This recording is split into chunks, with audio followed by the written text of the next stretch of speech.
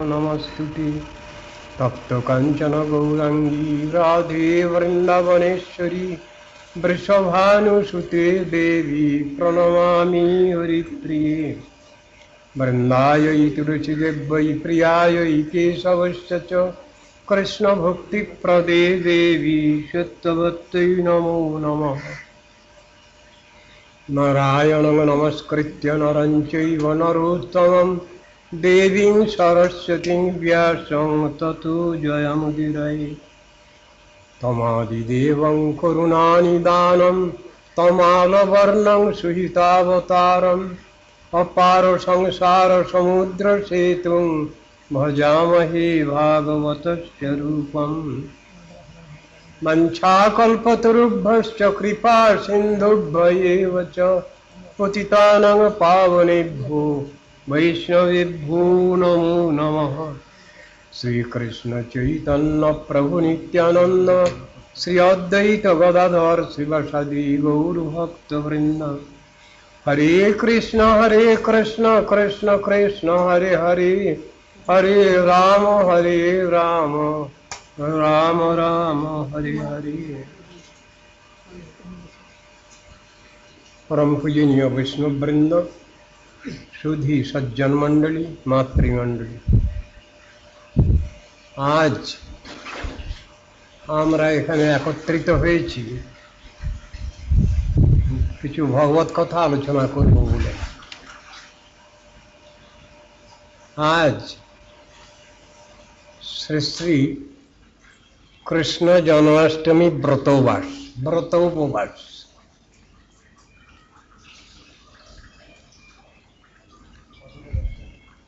প্রতিদিন প্রতি মুহূর্তে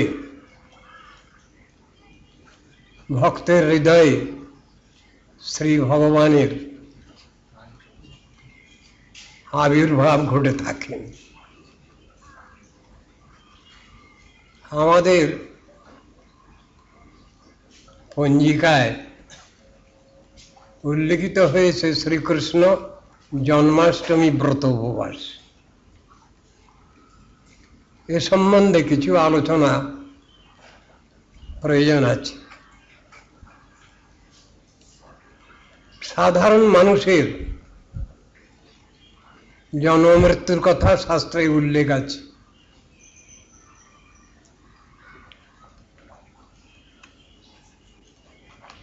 এক্ষেত্রেও শ্রীকৃষ্ণ জন্মাষ্টমী বলে উল্লিখিত হলো কেন? অনেকের জানবার উৎসুক থাকে। কৃষ্ণের যে আবির্ভাব লীলা, এটা জন্ম শব্দের দ্বারা কি বুঝাতে চাইছেন? শাস্ত্রকারগণের আশয় কি, বক্তব্য কি, সেইটাই পরিস্ফুট হয়েছে জন্ম শব্দ প্রয়োগ করে। ভগবানের যে আবির্ভাব সেটা স্বাভাবিকভাবেই সংঘটিত হয়েছে, সেই জন্যই জন্ম শব্দ ব্যবহার হয়েছে। আবির্ভাব শব্দ গৌরব বস্তু, গৌরবের বিষয়, এবং আবির্ভাব শব্দ যেখানেই আছে সেখানেই আমাদের প্রিয় পরমোপাস্য তত্ত্বেরই আবির্ভাব লক্ষ্য করে। কিন্তু শ্রী ভগবানের শ্রীনাম, রূপ, গুণ, লীলা, পরিকর বৈশিষ্ট্য সব কিছুই অপ্রাকৃত। কেন? ভগবান সচ্চিদানন্দ বিগ্রহ, তার জন্মলীলা কোনো প্রাকৃত বিষয় নয়, অতি স্বাভাবিক বিষয়। অপ্রাকৃত তত্ত্ব হয়েও তিনি তার সব লীলাই প্রাকৃত রূপেই প্রকাশ করেছেন। যেহেতু ভগবান অপ্রাকৃত, তার নাম রূপ গুণ লীলাও অপ্রাকৃত।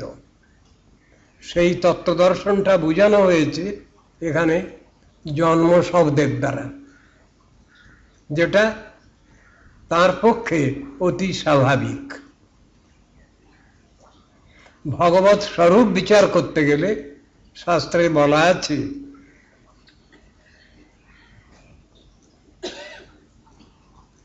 স্বরূপঞ্চ স্বভাবঞ্চ, ভগবানের নিত্য স্বভাব যেটা সেটাই তার স্বরূপ, তার ভিতরে কোনো রূপ গোঁজামিল নেই। অপ্রাকৃত বস্তু নহি প্রাকৃত গোচর, বেদ ও পুরাণেতে ইহা কহে নিরন্তর। চৈতন্য চরিতামৃতকার কৃষ্ণদাস কবিরাজ গোস্বামী বর্ণনা করেছেন। অপ্রাকৃত বস্তুকে আমরা যেন প্রাকৃত মনে না করি, এবং প্রাকৃত বস্তুকে যেন আমরা অপ্রাকৃত বলবার অপচেষ্টা না করি। এই দুটো দার্শনিক বিচার আমরা শাস্ত্র আলোচনা করতে গেলে দেখতে পাচ্ছি। তাহলে জন্ম শব্দ কেন প্রয়োগ করেছেন? ভগবানের পক্ষে যেটা স্বাভাবিক সেইটি প্রকাশ করার জন্যই শ্রীকৃষ্ণের জন্মলীলা বলে বর্ণিত হয়েছে। অজের জন্মলীলার রহস্য তাত্ত্বিক দর্শনে রয়েছে। ভগবান অজ, যার প্রাকৃত জন্ম মৃত্যু নাই, তাকে বলা হলো শ্রী ভগবান। তো জন্ম মৃত্যু নেই, তাহলে আবার তো জন্মলীলা দেখা যাচ্ছে, সবটাই অপ্রাকৃত, প্রাকৃত জন্ম নয়। সাধারণ মানুষের যেভাবে জন্ম হয় মাতৃকক্ষী থেকে, সেভাবে হয়নি। এইটাই প্রথমে কৃষ্ণদ্বৈপায়ন বেদব্যাসের বুঝাবার বিষয়। তাই দেখতে পাচ্ছি আমরা প্রথমেই এসেছেন বাসুদেব কৃষ্ণ কংসের কারাগারে। রাত্র দ্বিপ্রহরে, রাত 12টায় কংসের কারাগার আলোকিত করে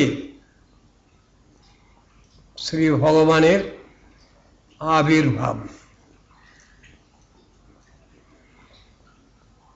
মাতা পিতা দেবকী বসুদেব দুজনেই হাঁটু গেড়ে বসে গেলেন স্তব করতে। আমাদের এ সংসারে আমরা কি দেখি? ছেলের যখন জন্ম হয় তখন মা বাপ আবার হাঁটু গেড়ে বসে যান ছেলের স্তব করতে? নিশ্চয়ই না।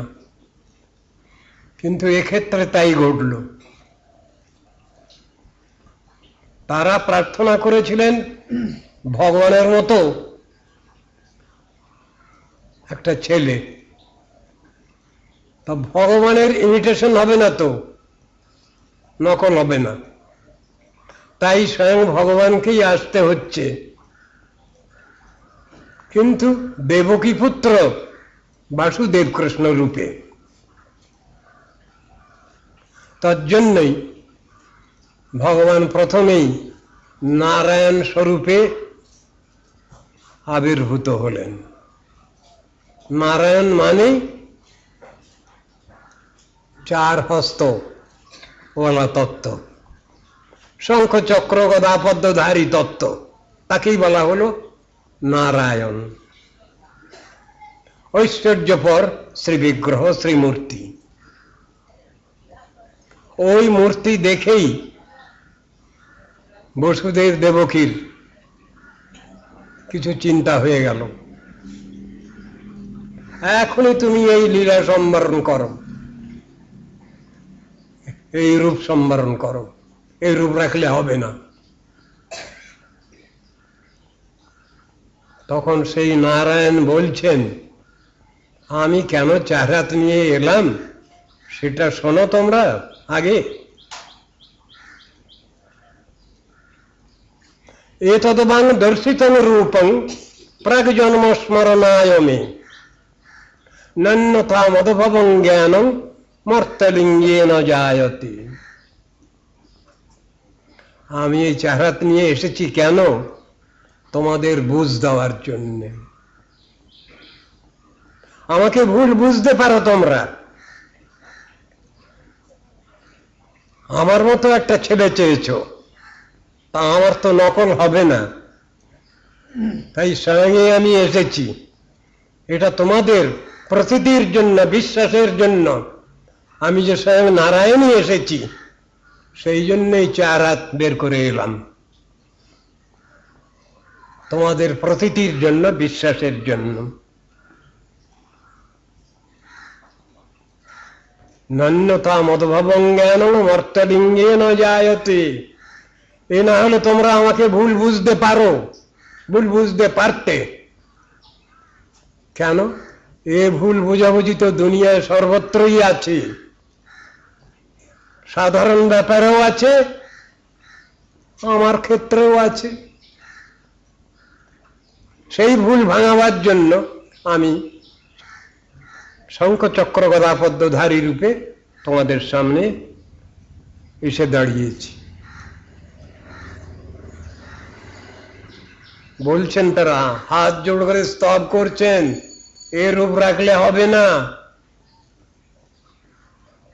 এখনই কংস এসে গন্ডগোল করবে। তাদের প্রার্থনা মত অনুসারে বহুব প্রাকৃত শিশু, সাধারণ শিশু যেমন, সেই রকম তিনি হয়ে গিয়ে দেবকীর কোলে বসে গেলেন। ইতিহাস তত্ত্বদর্শনের ভিতরে রয়েছে ভগবান স্বাভাবিক অবস্থায় আসছেন এখানে, কিন্তু আবির্ভাব শব্দ যখন আছে তখন নিশ্চয়ই মনে করিয়ে দেওয়া হচ্ছে এখানে গৌরবের বস্তু। কিছু ব্যারিয়ার আছে, বাধা আছে। পুত্ররূপে এসেছেন ভগবান, কিন্তু ঐশ্বর্যপর শ্রীমূর্তিতে। বাসুদেব কৃষ্ণ। আবার এই একই ভগবান দু জায়গায় জন্মগ্রহণ করছেন, এও এক আশ্চর্য ব্যাপার। সেদিন আলোচনা হয়েছিল, একই সঙ্গে একই সময়ে রাত্র দ্বিপ্রহরে কংসের কারাগারে এবং নন্দালয়ে, গোকুলে, সেখানেও ভগবান উভয় স্থানে আবির্ভূত হয়েছেন। এই বর্ণনাও আছে। যারা এটা জেনে নিয়েছেন তারা বুঝে নিতে পারেন, কিন্তু যারা শোনেননি, জানেননি, তাদের পক্ষে এটা নূতন বলে মনে হবে। এ তো নূতন কথা শুনিনি তো কখনো। ভগবানের লীলা দুর্বোধ, অগাধ লীল ভগবান। সেখানে বলছেন দুই স্থানে ভগবান, এক স্থানে বাসুদেব কৃষ্ণের আবির্ভাব, আর এক স্থানে স্বয়ং রূপ কৃষ্ণের আবির্ভাব। ছেলে জন্মগ্রহণ করছে, সাধারণত আপনারা বলেন 10 মাস 10 দিন কি 9 মাস 10 দিন, যাই হোক, এখানে কিন্তু উভয় স্থানেই ছেলে জন্মগ্রহণ করেছে 8 মাসে। এ কথা শাস্ত্রে বর্ণিত হল। মহাভারতের পরিশিষ্ট অংশ, যার নাম হরিবংশ, সেই গ্রন্থেতেই বর্ণিত হয়েছে। 8 মাসে সন্তান জন্মগ্রহণ করছে উভয় স্থানে, আবার একই সময়ে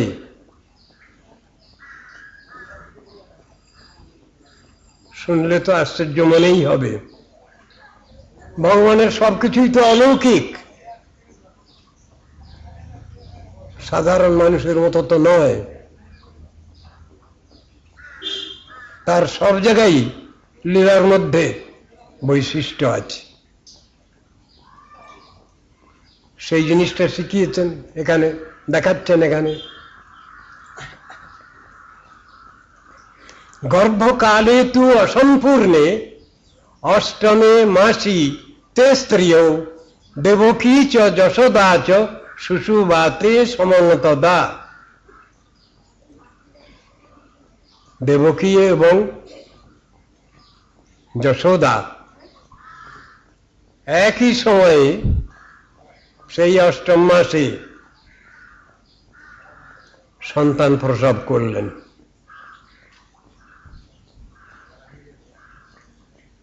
এখানে নারায়ণ রূপে এসেছেন কংসের কারাগারে, তারপরে তিনি শিশু হয়ে গেলেন। ওখানে কিন্তু আরেকটা ঘটনা ঘটেছে, ওখানেও কৃষ্ণ একা আসেননি নন্দালয়ে, সেখানেও স্বরূপত কৃষ্ণ এসেছেন এবং তারপরে আরো একজন এসেছেন। অষ্টমী তিথি থাকতে থাকতে কৃষ্ণ জন্মগ্রহণ করেছেন, আর নবমী তিথি যখন পড়ে গেল তখন এলেন যোগমায়া, অর্থাৎ নন্দালয়ে যমজ সন্তান হয়েছে সেই কথা উল্লেখ করা আছে। এখান থেকে কংসের ভয়েতে বসুদেব কৃষ্ণকে নিয়ে নীলালয়বৃতে রাখবেন এই আশায় দেবকীর সঙ্গে পরামর্শ করে বেরিয়ে যাচ্ছেন। ভগবত ইচ্ছাক্রমেই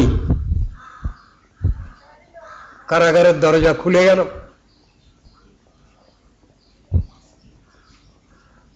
প্রহরী যারা পাহারা দিচ্ছিল তারা সব ঘুমিয়ে পড়েছে, রাত 12টা। তো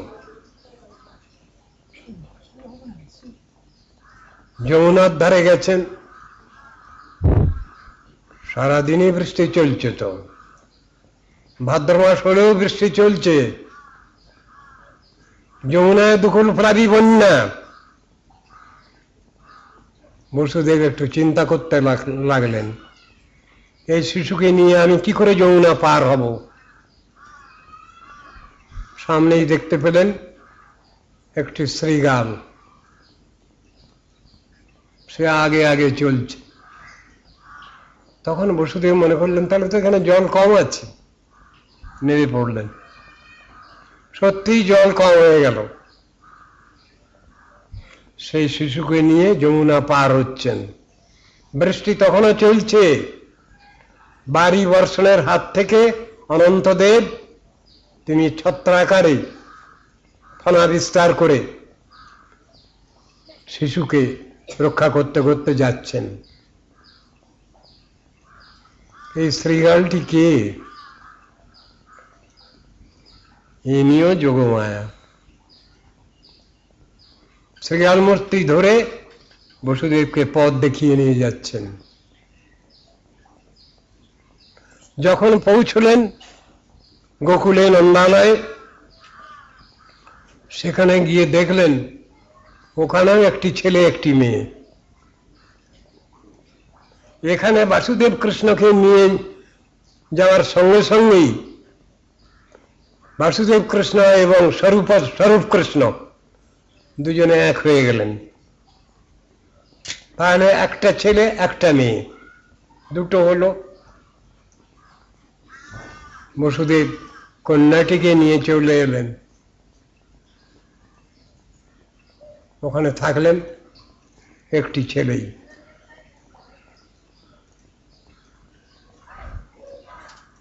বসুদেব নন্দন দেবকী নন্দন কৃষ্ণ তিনি মিলিত হয়ে গেলেন নন্দনন্দন যশোদানন্দন কৃষ্ণের সঙ্গে মিলিত হয়ে গেলেন। এসব বিচারগুলো দেখানো আছে। পূর্ণ মাধুর্যময় রসময় বিগ্রহ হচ্ছেন নন্দনন্দন কৃষ্ণ, সেই কথাই শাস্ত্রে বর্ণিত হয়েছে। এখন কথা হচ্ছে ভগবানের আবির্ভাব এবং জন্ম শব্দ প্রয়োগের মধ্যে এই বিচার রয়েছে। দ্বিতীয় বিচার, যারা কাল কৃষ্ণ জন্মাষ্টমীর ব্রত পালন করেছেন তাদের কতটুকু লাভ, এটাও আলোচনার মধ্যে রাখার দরকার। পুরা দেবৈ ঋষিগণৈ স্বপদচ্যুতি সংকয়া সপ্তমী বেদজালেন গোপিতং অষ্টমী ব্রতম। এই যে অষ্টমী ব্রত, সপ্তমী বিদ্যাব্রত পালন করা নিষেধ আছে। সেই জন্যই কি করলেন দেবতাগণ, মুনি ঋষিগণ? সপ্তমী বিদ্যাব্রত পালন করলে তোমরা কোনো ফলই পাবে না, শুধু পরিশ্রমই সার হবে। তুষকে পার দিলে যেমন কোনো শস্য পাওয়া যায় না, কেবল পরিশ্রমই সার হয়, সপ্তমী বিদ্যা অষ্টমী পালন করলেও তেমনই অসার বস্তুই তোমরা পাবে। শাস্ত্রে নির্দিষ্ট রয়েছে এসব কথা। তা কালকে যারা পালন করলেন তারা তো সপ্তমী বিদ্যা অষ্টমী পালন করেছেন, তাতে কি ফল হয়েছে, কি ফল হবে? ব্রত তো করবো কৃষ্ণের জন্যে, ভগবানের প্রীতিকামনায় তার জন্মতিথি পালন করব, এই তো ব্রত পালন করার নিয়ম। আর আবির্ভাব তো তার রাত 12টায়। অনেকে তো উপবাস করছেন না, উপবাসের যে ধারা সে ধারা রক্ষা করছেন না, সে নিয়ম পালন করছেন না। সন্ধ্যার সময়ই কারো কারো রাত 12টা হয়ে গেল, কৃষ্ণের আবির্ভাব করে দিয়েই নিজেরা খেয়ে দিয়ে নিলাম, শুয়ে পড়লাম। তাহলে কি ব্রত হবে? এসবও তো হচ্ছে আজকাল। উপবাসের মধ্যে যা জিনিস গ্রহণ করা যায় তা তো হচ্ছে না, ফলমূল গব্য ইত্যাদি এই চলে, কিন্তু তাছাড়াও তো অন্যরকম চলছে। তো তাতে উপবাসের কি ফল পাওয়া যাবে? একাদশী তিথিও তো ওই রকমই পালন করতে হবে, কিন্তু একাদশী তিথি তো আজকাল 88তে পরিণত হলো। আবার আপনাদের দেশে 88 না হয় আমি বলবো ময়দাদশী, এখানকার আটা তো ময়দার মতো, খাটি খাটি আটা কোথায়? সব জিনিসটাই হিসাবের বিষয়, বিচার করতে হবে। ভগবানের আবির্ভাব তিথি তো শুধু চৈতন্য চন্দ্রের দয়া বিচার করলেই হবে? চৈতন্য চন্দ্রের দয়া করহ বিচার, বিচার করিলে চিত্তে পাবে চমৎকার। এই কৃষ্ণচন্দ্রেরও তত্ত্ব সিদ্ধান্ত দর্শন বিচার করতে হবে শাস্ত্রানুসারে, সেই রকম পালন করলে ফলটা ঠিক পাওয়া যাবে। এটাও বিচারের কথা। তাহলে কি করা হবে? জন্মাষ্টমী তিথি পালন করতে গেলে কি কি নিয়মগুলো বলুন তো?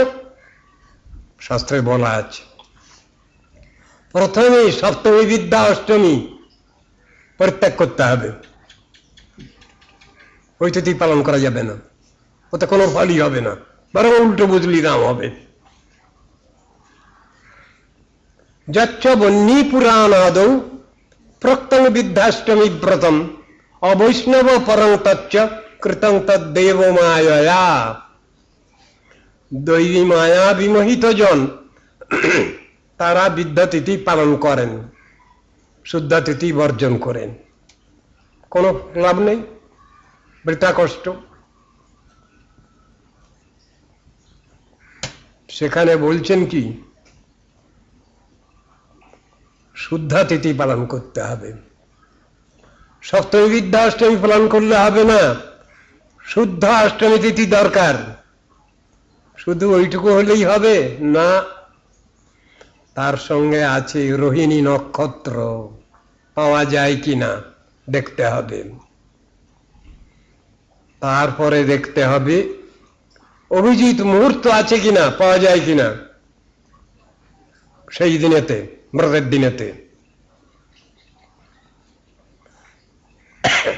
তারপরে আছে কিং পুনর বুধবারে ন সোমেনাপি বিশেষতে,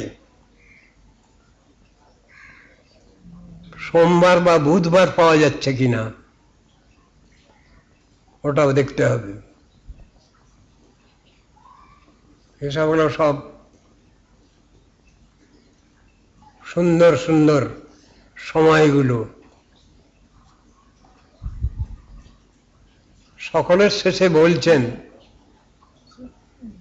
তিথিটা উমা মাহেশ্বরী তিথি হচ্ছে কিনা। উমা মাহেশ্বরী তিথি মানে ওই কৃষ্ণকে নিয়ে আর যোগমায়াকে নিয়ে।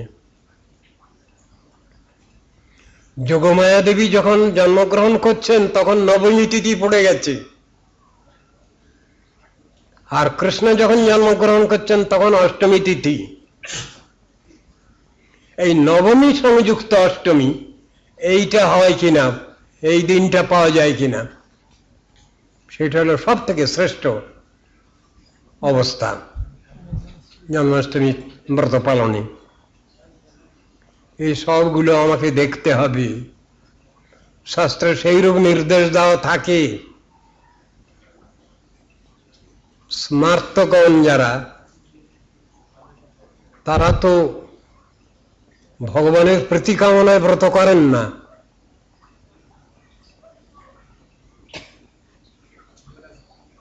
ভগবানের প্রীতি কামনায় যারা ব্রত আচরণ করবেন, ব্রত পালন করবেন, তারা তো সব ভগবত ভক্ত। ভগবানের ভালো হবে, তার ভালোর জন্যই তো আমরা ব্রত উপবাস করব। তাদের বিচার হলো এই, তিনি সুস্থ থাকুন, তিনি ভালো থাকুন, তার ভালো চাই আমরা। এইটাই তো ভক্তের বিচার, একান্ত ভক্তের বিচার।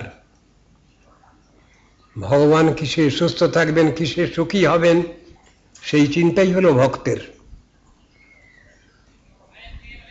এই সব জিনিসগুলো দেখে শুনে আমরা জন্মাষ্টমী ব্রত পালন করব। বিধিবিধানগুলো এইরকমই দেওয়া আছে। এবং শুধু এই উপবাস করলেই হবে না, তার পরের দিন আবার যথাসময়ে পালন করতে হবে। পালন করা মানে উপবাসের দিনে যা খাওয়া যায় না সেই জিনিস গ্রহণ করতে হয়। সব নিয়মগুলো আছে। আমরা সব জিনিসগুলোই খুব সুন্দরভাবে বুঝবো, বুঝে সুঝে সেটা করব। তাহলে সব দিকটাই বজায় থাকবে। উপবাস করলাম, কষ্ট করলাম, অথচ কেষ্ট পাওয়া গেল না, তাহলে বৃথা পরিশ্রম।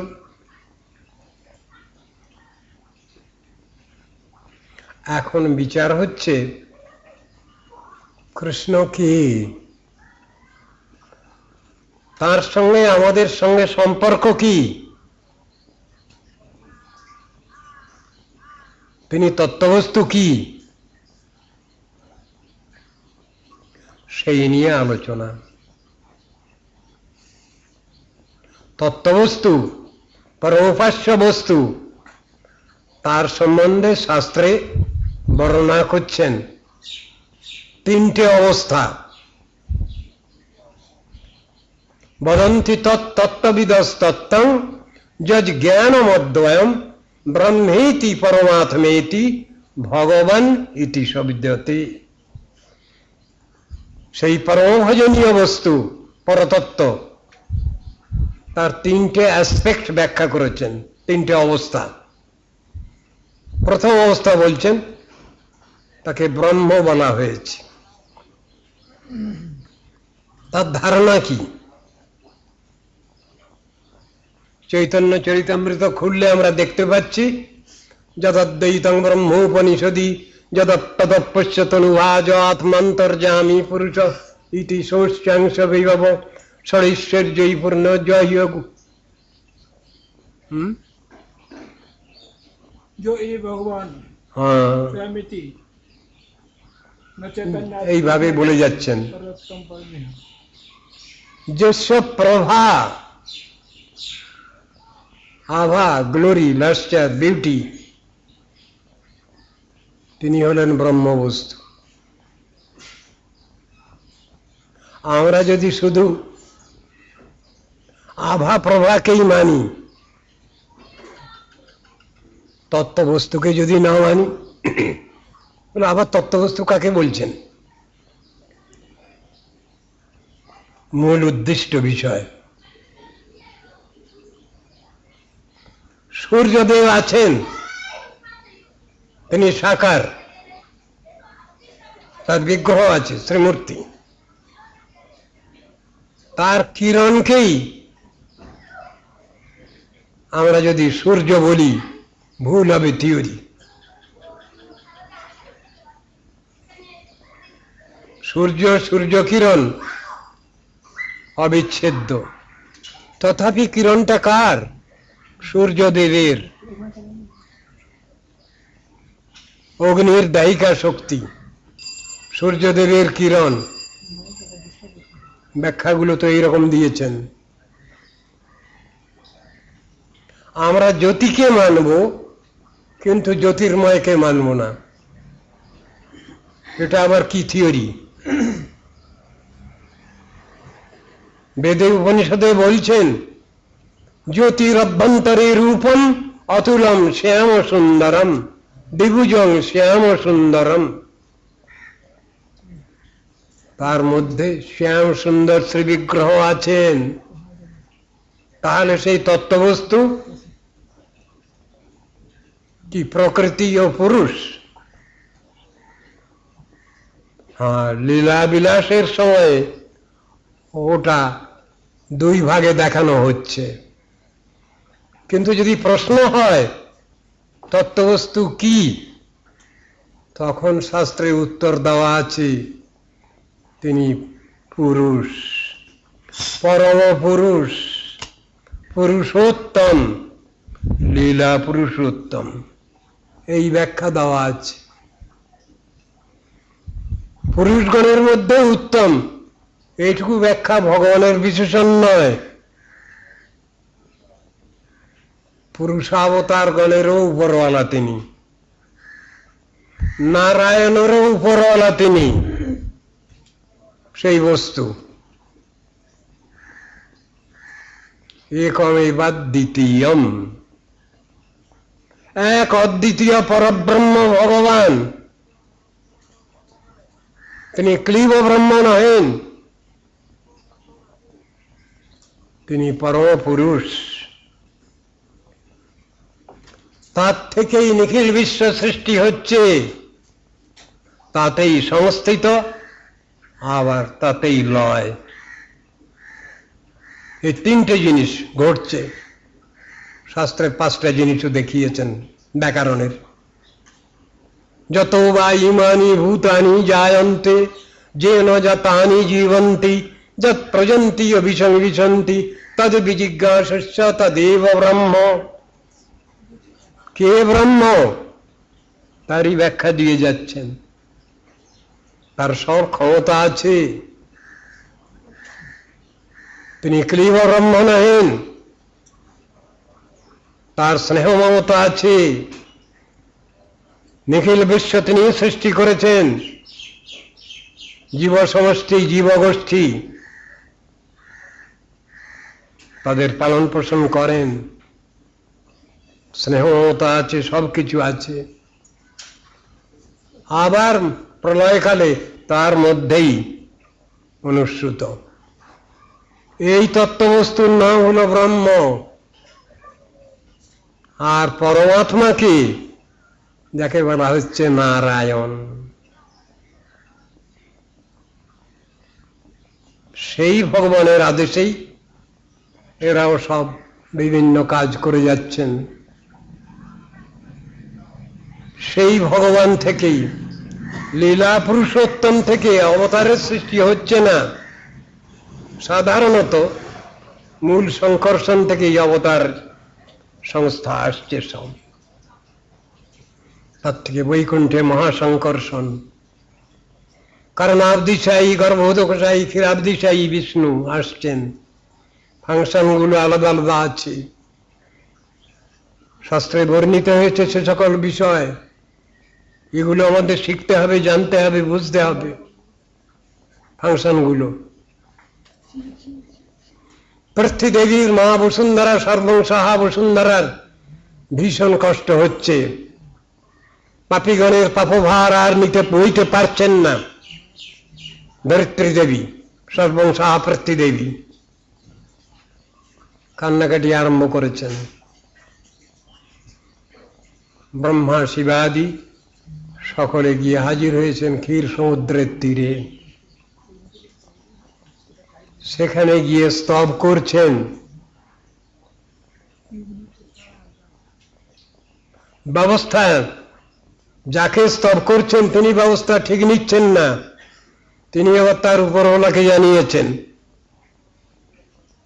তিনি বললেন, হ্যাঁ আমি যাব পরে, আগে সব দেবতাগণ সব তারা সেখানে যান। মূল মালিককেই যেতে হচ্ছে এখানে সবকিছু কাজগুলো করবার জন্য। সিস্টেম রয়েছে তো, সেই অনুসারেই সবটা চলছে। মূল মালিককে সব কাজ করতে হয় না, ভাগ করা আছে, সেই অনুসারে হচ্ছে। অসুর মারণাদি লীলা স্বয়ংরূপ কৃষ্ণের নহে, সে কথাও শাস্ত্রে বলা আছে। বৃন্দাবনের কৃষ্ণ তিনি অন্যত্র যাচ্ছেন না। বৃন্দাবন পরিত্যজ্য পাদমেকং ন গচ্ছামি, তিনি বলে রাখলেন। বৃন্দাবনীয় কৃষ্ণ তিনি বৃন্দাবন ছেড়ে এক পাও কোথাও যান না। আর কৃষ্ণ তাহলে কতগুলো, কতজন কৃষ্ণ? ব্রজেশ কৃষ্ণ, মথুরেশ কৃষ্ণ, দ্বারকেশ কৃষ্ণ। রসগত বিচারে এগুলো বলা হয়েছে। বৃন্দাবনের কৃষ্ণ, ব্রজেশ কৃষ্ণ, তিনি বৃন্দাবন ছেড়ে কোথাও যাচ্ছেন না। তত্ত্ব দর্শনগুলো ব্যাখ্যা করা আছে। অচিন্ত লীলা ভগবানের সাধারণ প্রাকৃত মনুষ্য বুঝবে কি করে? এই জন্যই তো ভগবানের খুব কষ্ট, দুঃখ। কি দুঃখ? ভগবানের আবার দুঃখ আছে নাকি? হ্যাঁ আছে বই কি। সেই দুঃখ প্রাকৃত কিছু নয়, অপ্রাকৃত। আমরা আমাদের সন্তানকে হারিয়ে ফেলি যখন, তখন কান্নাকাটি করতে থাকি, এক রকমের দুঃখ। ভগবানও তার ভক্তকে যখন হারিয়ে ফেলেন, তিনিও কান্নাকাটি করতে থাকেন। কিন্তু সেই দুঃখ খারাপ নয়, ওই দুঃখটাই আমাদের দরকার আছে। এটা আমরা বুঝে উঠতে পারি না। প্রাকৃত শোক, মোহ ইত্যাদির বশীভূত যারা, তাদের বলা হয় শূদ্র। কেন? শোচনাতীতি শূদ্র। প্রাকৃত শোক মোহের দ্বারা যারা বশীভূত তাদের শাস্ত্রে বলেছেন শূদ্র। আবার বললেন ব্রাহ্মণ। ব্রাহ্মণ কারা? যারা প্রাকৃত শোক মোহকে জয় করে ফেলেছেন। আবার ব্রাহ্মণ কারা? আমাদের কিসে বন্ধন দশা হয়েছে, আমরা কিসে আবার মুক্তি লাভ করব, এটাও যারা জেনে ফেলেছেন। এসব তত্ত্ব দর্শনগুলো তো শাস্ত্রে রয়েছে। ভগবান কাকেও ব্রাহ্মণ শূদ্র করে তৈরি করেননি। শুদ্ধ জীবাত্মা, তার যখন পরীক্ষা হয়েছে, কি পরীক্ষা? রুচি পরীক্ষা। বাচ্চা ছেলের যেমন নামকরণ হয়, অন্নপ্রাশন হয়, রুচি পরীক্ষা হয়। সেই রুচি পরীক্ষায় পাশ করা জীবাত্মা সব ভগবানের কাছে থেকে সাক্ষাৎ সেবা করছেন। তাদের বিশেষণ দেওয়া হয়েছে নিত্য মুক্ত। আর ওখানকার ইন্টারভিউ পরীক্ষায় ফেল করা ছাত্রছাত্রী যারা, সব আমরা এই সংসারে এসে পড়েছি। এইখানে এসে আমি আমার করছি, ঝগড়া বিবাদ বিসম্বাদ করছি। এই হলো আমাদের ইতিহাস। ভুল করে ফেলেছি তো। বদ্ধ জীব আমাদের বিশেষণ হয়েছে, আর যারা পাশ করা তারা সব মুক্ত জীব। নিত্য মুক্ত আর নিত্যবদ্ধ দুটো শব্দ এসেছে। ভগবান ব্যবস্থা দিয়েছেন, তোমরাও আসতে পারবে, তার ব্যবস্থা রেখে গেলাম, সাধু সঙ্গ রেখে গেলাম। প্রত্যক্ষ সাধু সঙ্গের অভাব যখন হবে, তখন আমি শাস্ত্ররূপী থাকলাম। সেই শাস্ত্র অধ্যয়ন করলে, অনুশীলন করলে, অভ্যাস করলে, সেই অনুসারে চললে আমার কাছে আসতে পারবে। বিচারগুলো তো এই দেখানো আছে। আমরা তত্ত্ব দর্শন ভুলে যাচ্ছি তো। এর ভিতরে কোনো ফাঁকিবাজি কথা নাই, অন্তরের কথা, আন্তর দর্শন। হৃদয়ের সঙ্গে, ভাবের সঙ্গে কান্নাকাটি করে এ সকল বিষয় আমাদের প্রিয় পরমোপাস্য ভগবানকে জানাতে হয়। সব সময় সোজাসুজি ভাবে তার কাছে যাওয়া যায় না, সেই জন্যে মিডিয়াম লাগে, যার নাম প্রপার মিডিয়াম, গুরু। শ্রেষ্ঠ বৈষ্ণবী গুরু। গুরু বৈষ্ণবের আবেদনে কৃষ্ণ দয়াময় মোহেন পামর প্রতি হবেন সদয়। গুরু বৈষ্ণবকে প্রপার মিডিয়াম বলা হচ্ছে। এদের আবেদনটা ভগবান তাড়াতাড়ি অ্যাকসেপ্ট করেন।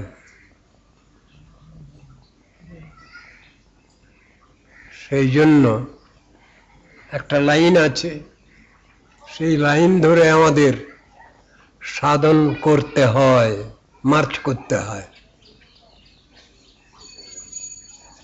কিন্তু তত্ত্ববস্তু তো আমাদের জানতেই হবে। তত্ত্ব সিদ্ধান্ত যদি আমরা না জানি, না শিখি, তাহলে কি করে আমরা সাধন ভজন করব? এ কথা তো শাস্ত্রে বুঝানো আছে।